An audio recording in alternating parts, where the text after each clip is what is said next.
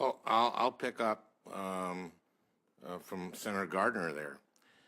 We're able to do this because of hydraulic fracturing, and I want everyone here to understand who developed that technology and who's responsible for that. And it's the taxpayers of the United States. Mr. Durbin talked about how in 2009, the projections of the supply of natural gas going out were so low that the prices were going to be very, very high. And mentions that now they're much lower in the projections. And we're hearing senators talk about discoveries of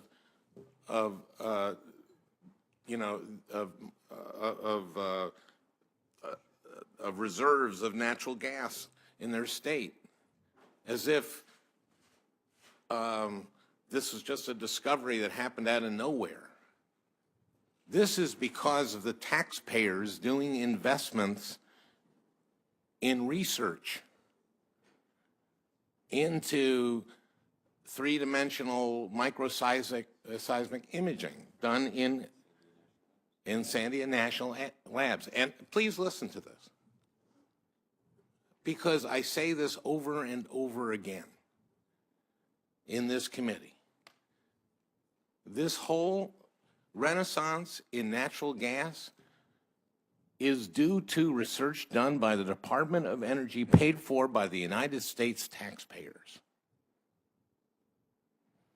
and projects done with the oil and gas industry in horizontal drilling. But understand that this didn't come out of nowhere. And let's have some historical context here. So who paid for this? Who is responsible for this unbelievable renaissance? The American taxpayer. And that includes the Minnesota taxpayer. Now, do you know how much natural gas we produce in Minnesota? Just as an estimate, Mr. Durbin.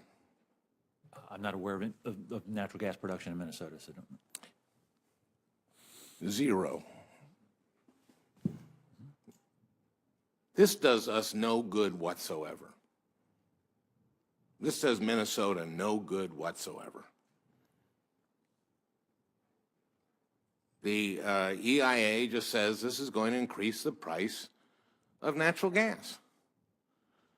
This is going to increase the price of electricity to every Minnesotan, of heat to every Minnesotan, the cost of operations to every Minnesota manufacturer. This does my state no good whatsoever. Now, I would appreciate it if those from the other states who will benefit, the benefits of this, the jobs, the GDP growth, and the jobs will be very concentrated by sector and region. Mr. Durbin, you represent the natural gas producers. I would venture to say that your sector will benefit from it the most. Don't you think? We certainly are benefiting from it, Senator, but I would argue with your contention and say that the entire nation has been benefiting from this. If we didn't have this natural gas revolution, if you didn't have the production, the prices where they are, you wouldn't have manufacturers in Minnesota that were able to take advantage of it. So you should be thanking the taxpayers of Minnesota. I don't reward them by raising. raising. No question with either your contention about DOE's role in helping us get to this. I only have a little bit of time, sir. The point is that there's no benefit at all for the people of Minnesota in sending this abroad. This is what will happen, is that this will benefit. The steelworkers are against this. At Mintac in Minnesota, where they mine iron ore and make pellets called taconite, they heat those pellets up to 2,500 degrees Fahrenheit with natural gas. This is going to drive up the cost of natural gas. This is going to hurt Minnesota. This is why the steelworkers are against it, the United Steelworkers. Manufacturing creates 8 times as much jobs. Yeah, if you export a natural resource. The people who produce that natural resource benefit, but it doesn't do anything like the kind of, create the kind of jobs that we in Minnesota have created because of this technology that we taxpayers in Minnesota help to promote.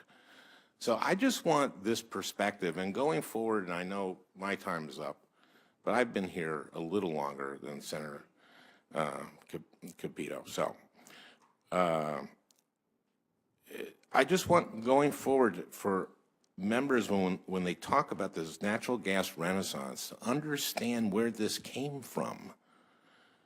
And aside from this subject on natural gas, when we're talking about renewable energy, when we're talking about all energy, let's understand the role that research, basic research and applied research, have played in our nation in making sure that we are energy independent. Thank you.